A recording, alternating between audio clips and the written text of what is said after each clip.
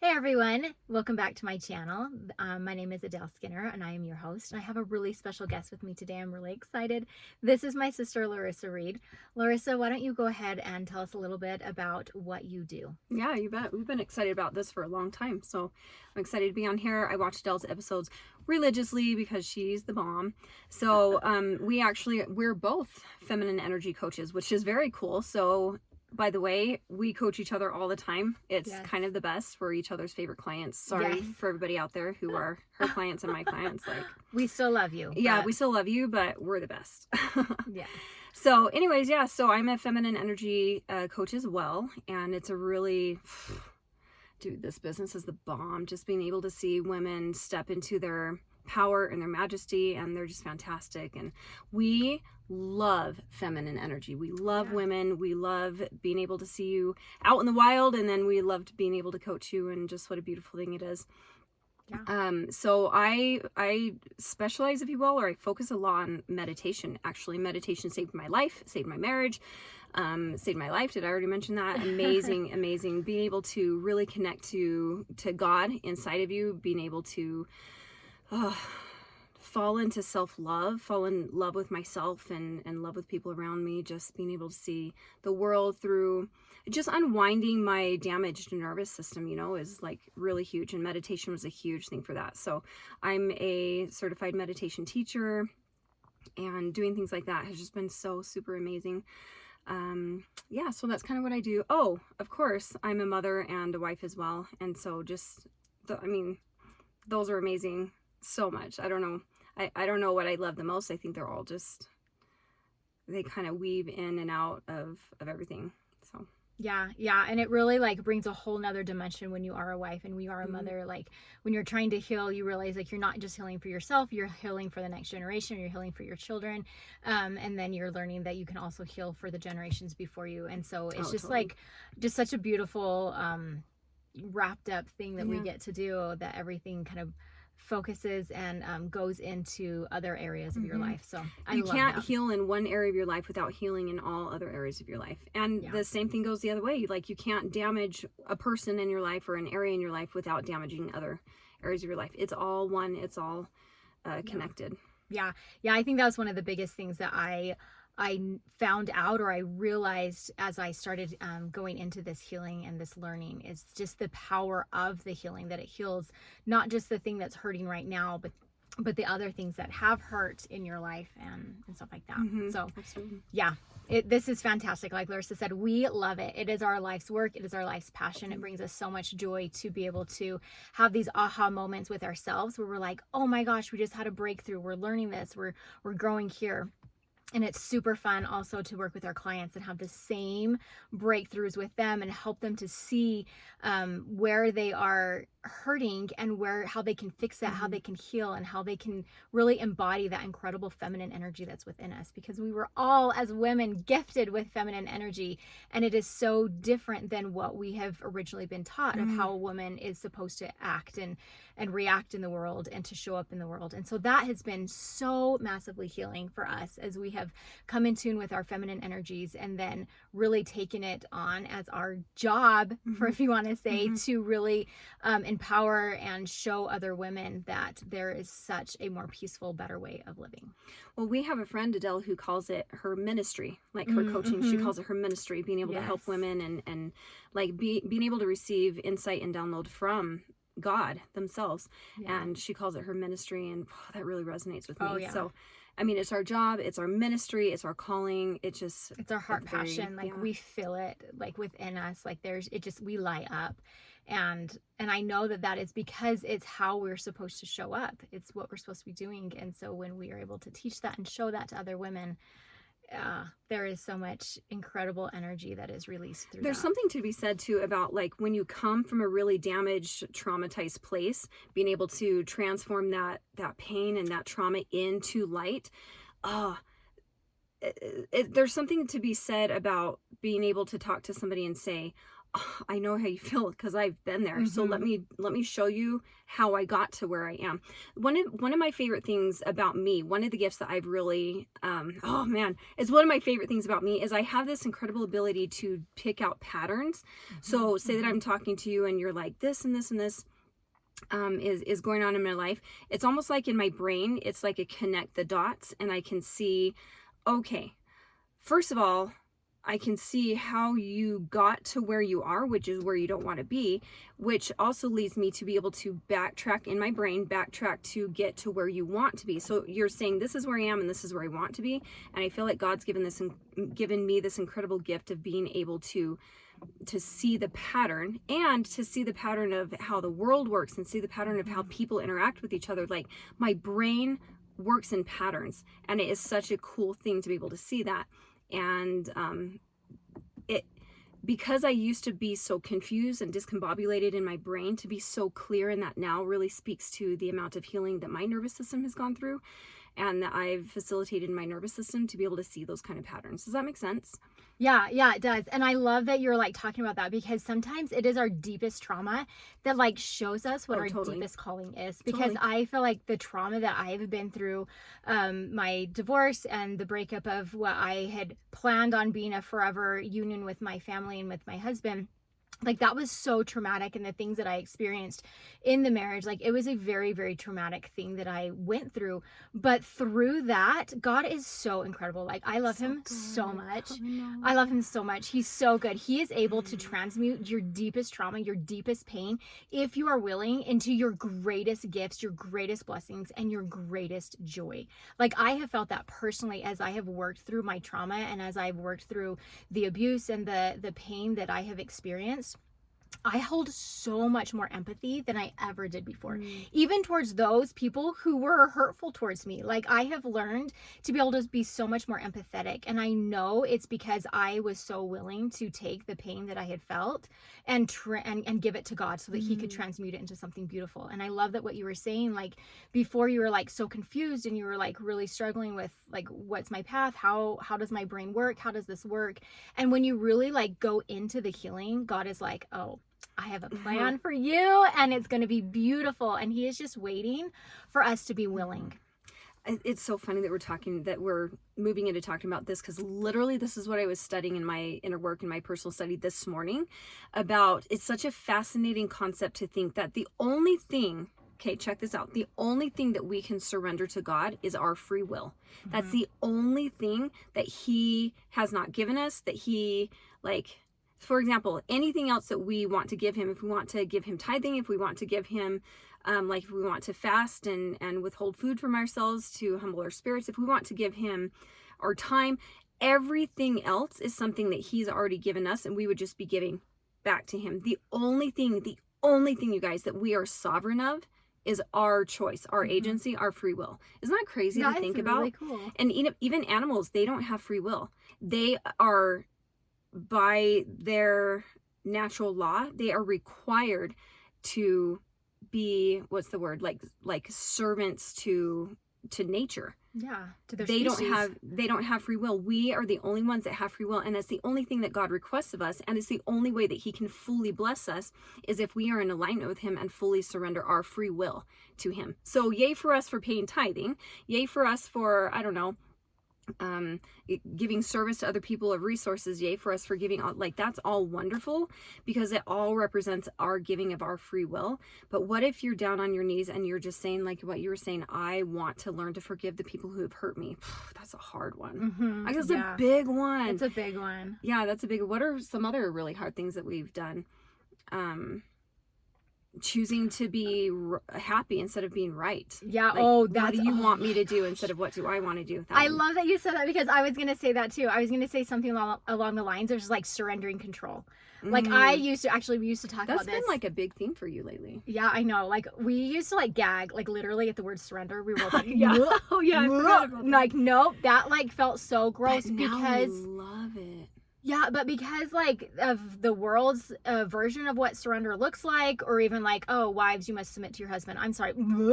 Like I can't even, but I love God, and I know that he loves me, and I know that he does nothing but try to bring me peace. Like everything that he has required of me eventually brings me peace, everything.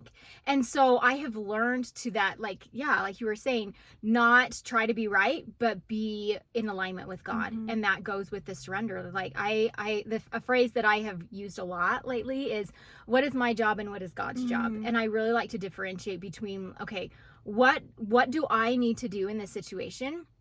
And what is God's job? And really the way that I'm able to see that, or like know what is my job and what is his job, is if I can't physically manipulate it and make it happen, then it's not my job. So my job is to be kind, or my job is to do my inner work, my healing, my work on myself. And then I'm going to give God his job, which is like, how are other people going to react to this? How are other people going to respond? Because I can't control how my ex-husband is going to respond. I can't control how the person driving next to me is going to respond. I can't control any of that, but I can control myself. And so that has really helped me as far as like letting go of control and submitting and stuff like that. Okay, so that's really big, because that's one of the things that I feel like we're not taught, okay? We're not taught to okay, we're told all the time, stop caring about what other people think of you. Yeah. But what does that mean? Yeah. Because as a species, we have to survive. Like, we've been conditioned to survive based on what other people think of us. Because if we're outcast, then we're not going to be taken care of. We're not going to be able to get jobs, and we're not going to be provided for, and blah blah blah. But a great thing that I like to say to people is, what if somebody came over to you and they were like, your blue hair is stupid, and you were like, would you be like way offended? But if you don't have blue hair, you would just look at them like, what are you talking about?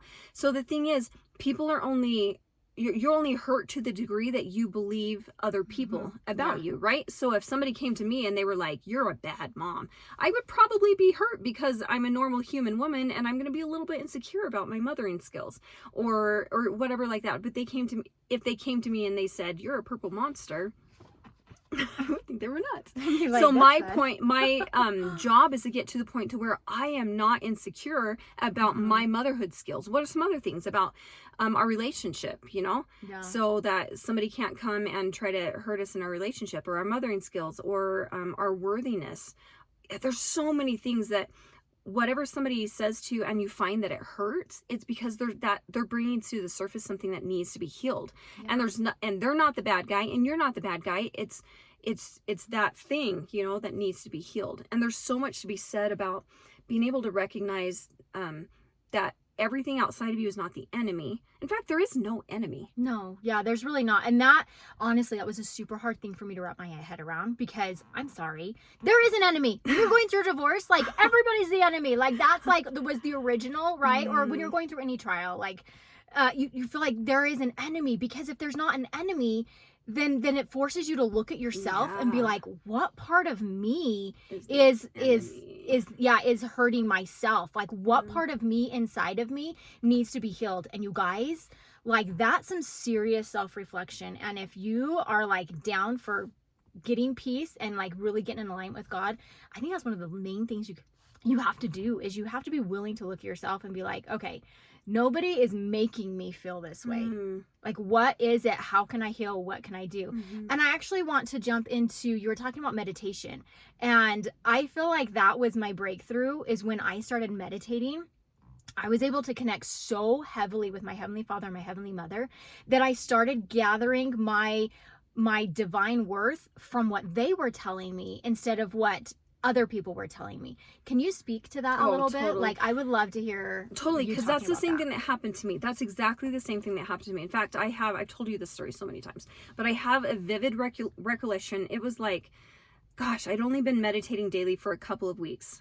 The story of how I got into meditation is really interesting. Ask me about it sometime and I'll tell you. Okay. Yeah, we'll have to do another one. Yeah. Like, we have so many things we want to talk about. We're like, why aren't we writing books on this? Oh, we need to. But I have this vivid recollection of when I'd only been meditating, I want to say, a couple of weeks, and I was doing the same thing. It was amazing to me how much I was sinking into my own self-worth, and all I was doing was sitting there and thinking and journaling and crying and like it asking. Was amazing. Yeah, I think just that asking, like, show me, tell me, like, somebody well, tell okay. me. Now, when I started meditating, I didn't have anybody to kind of like tell me how. And so I didn't even know how to do that. I just kind of sat there. I was just told, like, just sit there. And I was like, well, okay.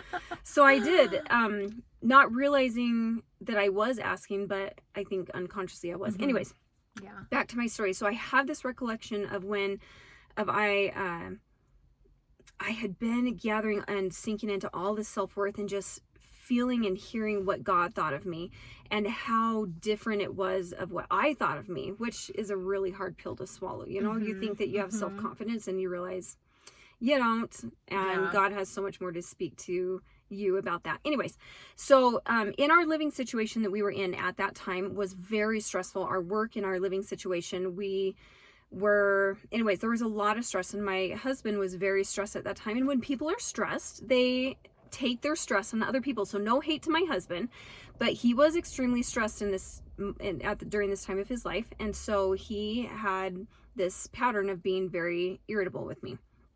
And I'm a pretty big fireball. Like, if you come at me, I'm going to back you in the corner and I'm going to beat the tar out of you. Yes. Like, you don't mess with like that. So anyway, so I had been meditating that morning and I kind of emerged from it just like feeling so good. And I went into the kitchen and he came back from doing chores and got really sharp with me. Like, he said something real sharp and rude to me. And in my head, it was crazy because it was like slow motion. In my head, I could feel the version of me like with hair rising up, and I was like, I'm gonna kill him. You know, like, I'm gonna back him in a corner and I'm gonna tell him exactly what I think about him. And then immediately, and it all happened so quickly, but it was so, again, patterns, and I saw all of it in my mind. Immediately, there was a part of me that was like, I don't need him to be nice to me. I'm nice to myself. Ooh, right? Yeah. And because and I didn't know it at the time, but what I was doing was I was trying to force him to be nice to me by proving my worth, you know, like, and getting really assertive and like, I was going to tell him what for because I won't be talked to that way. You know what I mean? But it was really out of fear, and it was showing up as anger and indignation, but it was really fear of, what if I'm not a worthy person to be nice to? Does that make sense? Oh, 100%. So that popped up in my mind, and I was like, I don't need him to be nice to me because I'm nice to myself. Yeah. And so I just turned around and I just looked at him. I don't remember saying anything. And I wasn't like snarky. I wasn't like looking at him like a brat. I just looked at him and I saw him for the stressed out man that he was. And I saw myself for the fearful wife that I was. And I had this wave of compassion come over me, and I just turned back to the stove and continued making breakfast as I was doing. And he, not getting rise out of me, he didn't know what to do because he came in, love that. right? I know men are so predictable. I love He it. came in. Here's my brain looking at patterns again, recognizing what was going on. He came in looking for a fight because in our damaged dynamic that we had, I'm pointing to Adele as if it was her. No, it's right. In our damaged dynamic that we had, the way he connected with me was through conflict. Oh my God. Does that sound familiar to anybody listening to this? Sound familiar to you? So the way he connected with me was through conflict. He knew that he could get a rise out of me, and that was connection, even though it was damaging. But it was connection, and it was all that he knew. It was all that we knew. And and our marriage was struggling at that time. So when I say meditation saved my marriage, this was the turning point for our marriage. Anyway, so I turned back to the stove, and he, not getting a rise out of me, was like, he just like humped and like marched back outside. Well, he came in just a few minutes later and apologized to me, which was very unusual for him to do, but he apologized to me, and I received his apology with so much love and compassion because I had love and compassion for myself first. Yeah. Because you can't love and treat somebody with more love and compassion than you have for yourself. I said that wrong. You can't love somebody more than you love yourself. Yeah. And so when I had learned to love myself, then rather than clapping back at him when he was in pain, looking for connection from me, I was able to look at him and see him as a person in pain and not somebody. He didn't want to hurt me. He really didn't. He was stressed out from so many things going on in his life right now. And so he was looking for connection from me. and reaching for it in the only way he knew how. Yeah. And a lot of times, I would even be so bold to say that almost every time when that there's always one person who starts stepping up, right? Yeah. And I remember feeling really like I have to do all the inner work and stuff like that, and he just coasts along and is Just benefits from my work. yeah, exactly, from all the work that I'm doing. But I don't know what got me on that tangent, but I just that's something that kind of, I wonder if anybody else feels that way. Comment if you also feel that way. 'Cause I know we've kind of talked about that too. Yeah. But, yeah, it does. It takes you having to like look at yourself and be like, this isn't sustainable. Like, I can't keep going like this. What am I willing to do? And you have to like have a hard conversation with yourself. Am I willing to do the hard work? Because it's not like hard work isn't like you're sweating and stuff, but it's hard work is like having to like really look at yourself and be like, who do I want to be in this moment? And what do I need to do to become that person that I want to be? mm-hmm. And yeah, like it takes one, yeah, like you said, usually it's one person that starts it. And then Mm-hmm. oftentimes it's really, really fascinating and fantastic, both words. When you do start doing that inner work, a lot of times when you do the inner work on yourself, you're inviting or you're opening up space for your partner or for the people around you to like step up into inner work as well. Can I like, yeah, point something I out? would love that. I'm actually going to change that a little bit, and I'm going to say every single time you start doing the inner work, it opens up space for your partner and for the other people in your life to step up. Now, whether they step up or not is, this will blow your mind, up to them. Up to them. Now, Yeah. we actually stand here as very interesting people on two opposite ends of the spectrum. When we started doing energy work, so okay, not energy work, inner work. Mhm. When I started doing energy work, my husband stepped up. When she started doing energy work, her husband stepped out. Yeah. Very interesting. But I'm really proud of both of us because it didn't, like, can I just say that both of those were very hard. It's hard for your spouse to step up. That's hard because it changes all the dynamics. Yeah. And I had to do a lot of inner healing and allow him. It was surprisingly hard to allow him to change. We have such a belief of other people, don't we? Yeah, like we we do. think that they should stay in a box. Kind of, yeah. And so, yeah, it really does take, again, really self-reflection where you're like, all right, like, who do I want to be? But do you regret doing inner work, like Oh. starting inner work at Oh, all? no. Even though no. you lost oh my gosh. so much? No, because I didn't. I love the finger quotes. Because I didn't. I mean, I was in a very toxic, painful relationship for so many years, and I tried for so many years, and I just couldn't figure out, like, why is this not working? Why is this not working? Because I was trying to do all the things to please him and to please his family, and it just, like, none of the things were working until I started doing inner work and learned to please myself and learned to love myself. And it was like, we were talking about that today. It was like a firecracker, a bomb went off, and it was almost immediately when I started stepping up into this feminine woman that I wanted to be, when I started like embracing my gifts and embracing like what my heavenly parents were telling me about myself. And when I stopped looking for validation from other places, it was like they could not stand to be around me, and immediately completely repulsed by you. So repulsed, and it got so nasty and so ugly that it had to be it's the best thing that's ever happened to me. Because the peace and the safety and the healing that has come, because now I am now able to just focus on the things that I am being told from my heavenly parents, not looking outward.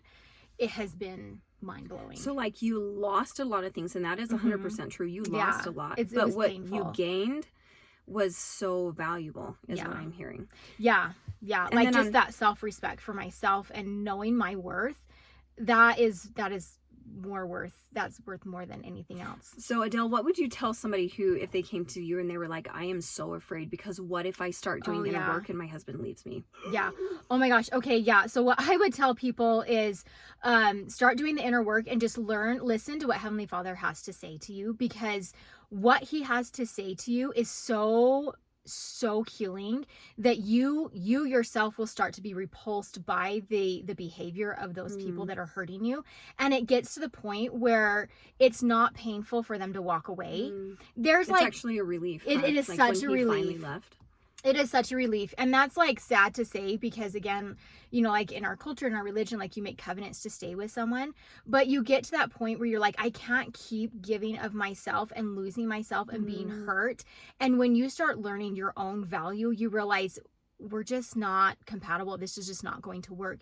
And you're not forcing anything. And that's the thing too that I would love to say. Like, you're not forcing anybody. You're not making anybody do anything. Yeah, you're right. It was like a natural. Yeah, he had all the opportunities. I gave him so many opportunities to step up with me. I gave him so many opportunities to become, you know, the husband that I was needing as I became the woman that I was becoming. And so just really letting him make his choices, and then letting yourself make choices, and then hanging on to the knowledge that God is always bringing you to peace. Like, if he has ever like directed you to do something, like if he's ever like, if you start getting the whisperings, like, I need to start meditating, I need to start finding out what my divine worth is, that's God speaking to you. And he will never, ever, ever, ever direct you in a way that's going to hurt you. You will be hurt. Like, you will have like painful moments, but he will never take you to, but they aren't from God. Like, the painful moments aren't from God. He's not hurting you. Yeah, He's it's like guiding you into peace, but you have to shed like all of the stuff to in order to get there. And sometimes the ripping off of the band-aid hurts. But the clarity and the healing that comes from that. So I guess what I would say is just sink into what Heavenly Father is telling you, because it's gonna, and also choose your hurt, right? Because being in that relationship was so painful every single day, like hearing the things that he would say to me, say about me, the way he would treat me, the things that he would do, like, it was so hurtful. It hurt so much, but it also hurts to know that he was walking away from me. And so I had to like decide, what hurt am I willing to go with, and who am I willing to trust? Am I willing to trust this person, or am I willing to trust God? So I would just say, trust God. I feel like a good way to be able to feel the difference, because my brain's picking out patterns here. This. So the way you can feel the difference is, Adele, I love how she said, choose your pain. So she could either choose the pain of being stuck, that hurt, of being stuck and like squished down, right? Or you could choose the pain of being abandoned, but that's expansive, right? So one is compressed and one is expansive. So both of them are going to hurt, but are you going to choose the one that expands you into something unknown? Yes, but probably better. If it's expansive, it's always going to be better. Or are you going to choose the pain of being stuck? Either way, you're going to be in pain. And the other thing that's so important to keep in mind and to remember is that neither choice is wrong. Oh yeah, I love that you said that. Yeah, neither choice is wrong. And depending on where you're at, you're going to feel drawn to a certain choice. Because I was in this relationship for 20 years, you guys. 20 years. Are you even that old? I was, yes I am. Pretend that I'm not. I shouldn't say those things. Yeah, so for 20 years I was in this relationship, in this dynamic of like trying and being, like you said, squished, and trying and being squished. Deep codependency. And so lots and lots of codependency, lots of pain, lots of trauma. And I'm not gonna excuse myself. Like I caused my fair share of trauma in my trying, right? Like I didn't know what I didn't know, and I couldn't fix what I didn't know. But once I started doing the inner work and started learning and started healing my trauma, past trauma, and different things like that, and really started stepping into my feminine role of being a divine daughter of my heavenly parents, and like, what does that look like, and how does that feel, and like really connecting with my intuition. Once I like crested that hill, I just saw it for what it was, and I was like, you know what, I'm done. This is the woman that I am becoming. You can either come with me or you can leave.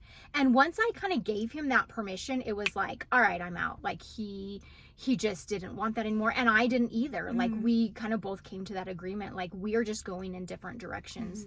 And so really recognizing that neither choice is wrong. I needed to go through what I went through. I don't know why, and I don't know why for how long, but the things that I went through and the things that I have learned has shaped me to be who I am now. So I'm not like angry that I was there for 20 years. I'm not angry that there was a divorce. I'm like not angry about any of this. I'm just so grateful that I have a path to follow, and that I know how to become this woman that I want to become, that I know how to do that. And I love that so much. And so, you can't beat yourself up over the things that you just didn't know.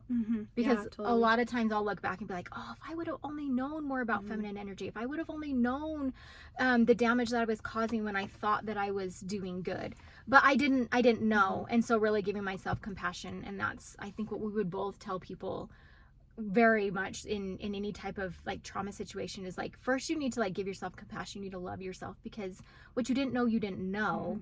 And going back to you're needing validation from other people, that just means that you need validation from yourself and really connecting to that part of who you are.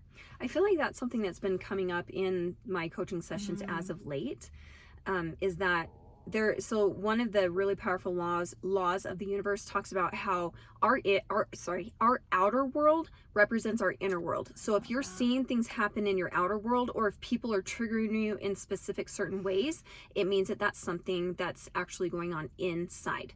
Now, this is, again, this is hard work. This is the hardest work you'll ever do. I don't care what anyone says. This is the hardest work you'll ever do, because then you have to, okay, I'll give you an example.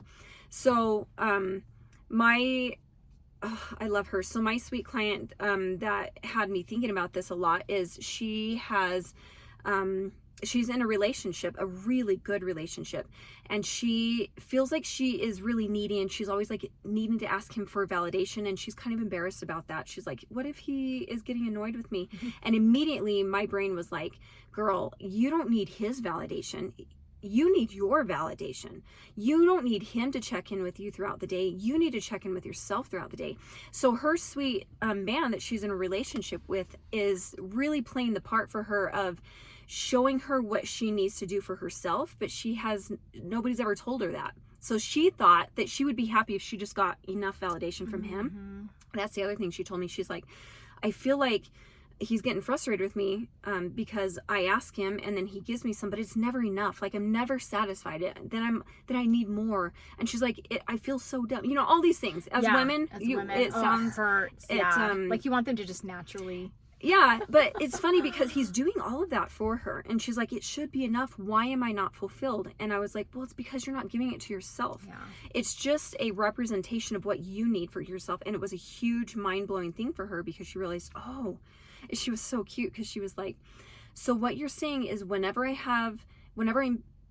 pops up in me that I feel bad that he hasn't checked in with me yet today because he's at work or whatever, he hasn't checked in with me, I actually need to check in with myself. And I'm like, there it is. I love that. And whenever I'm feeling like he needs to validate my worthiness, I need to validate my worthiness. And I was like, yeah, because the thing is, our emotions and our cravings and our needs, they're not our enemies. They're our messengers. Yes, I love it. Emotions are messengers. I've said it before and I'll say it again.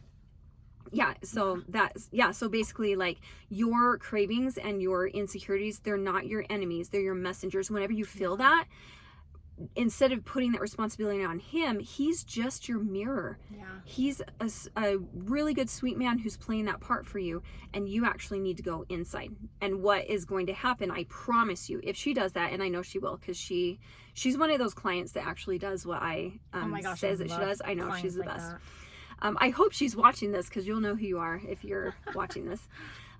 So what's going to happen is she is going to start validating herself, and she's going to use those painful moments throughout the day. Instead of being like, I wish that he would, she would be like, oh, I can fix this. It's like what Adelle was talking about earlier. That's something that she can control. She can control her own self-love. She can't control him validating her.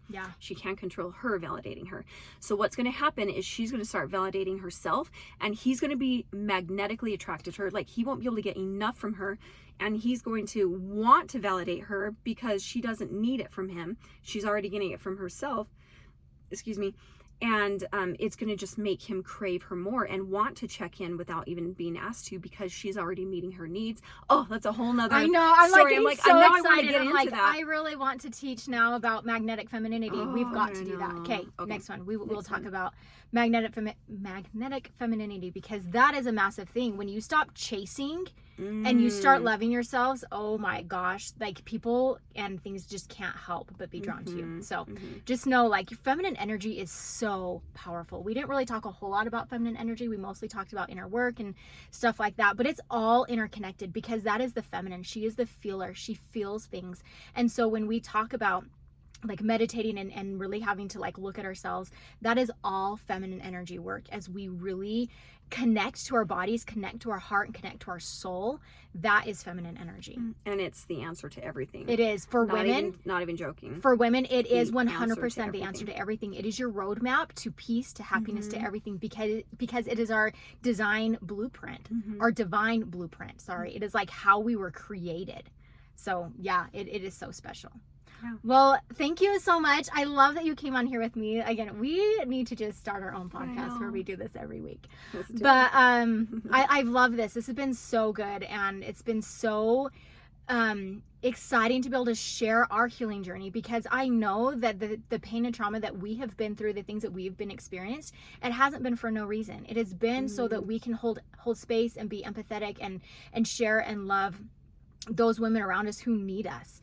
So Larissa, can you tell us where we can find you, where people can find you if they want to be able to work with you? Oh, totally. So one of the things I love the most about myself is I'm simplistic. Okay. So I don't have a fancy website. I am not a perfectionist. So you can find me just on my social media page, which is just Larissa Reed. And I love to post things that I learned from my meditation, or things that I learned from my clients, or things that I learned from Adele. And I call them 1-sentence sermons. So those are just like updating, cool, thought-provoking aha moments. That is such a better way of saying everything I'm trying to think of. And then I also have a digital store where you can actually buy meditation sessions that I have done, really, really powerful energy courses. I did a really powerful, super in-depth one on chakras. Oh my gosh, I chakra alignment. That one. It was powerful. And I actually don't know the address right off the top of my head. That's okay. We will link everything in the show notes. Okay. So if you go to the show notes, you can just click the links, and it'll take you directly to our Facebook page. It'll take you directly to our Look at you, so techy. Store. I know. Look at me go. And I don't have a podcast. So all of my work, all of my clients come through word of mouth. Yeah. So if you are watching this and, if you want to work with me, it's all word of mouth. I don't advertise. I just do my inner work, and I put my energy out there, if you would. And I know, and I do attract the people that come to me. Yeah. They're the best clients. They're perfect. They're prepared. And anyways, I'm just, do the work. I'm not fancy at all. I know what I'm good at, and I love people, and I love doing what I do, and it's just. Yeah, and she is so good, you guys. Like, for 20 plus years, I know, because she's been coaching me, been helping me, she does energy healing throughout the sessions, and so that's really good too. She gives really good advice, and she helps you work through things, but she's also clearing current and past trauma, and it's just it's fantastic. So yeah, she is an incredible energy healer, and she's so intuitive. Like, the things that she is able to see and to understand, it blows my mind, and it's so healing. So, that's so thank nice. you so much for coming. If any of this has been good for you guys, please subscribe to the show, and please leave a comment. If you have any questions, please leave comments. Also in the show notes, I will put a link to my personal Facebook page, which is Confidently Feminine, where I also post different things about feminine energy and different ways to really embrace your femininity. I also have coaching sessions that you can sign up for as well, that you can pick whatever day you want. So yeah, I will post all of that in the Facebook group. And on the show notes. Yes, there we go. That's what I was saying. All right. I love having somebody on here to keep me on track. Well, thank you guys so much. I love you. I love this. This lights up my feminine energy. Like, it gives me so much energy, and it makes me so happy to be able to do things like this. So thank you guys for listening. Comment or reach out to us if you guys need us. We love you, and we will talk to you later. Bye. Peace.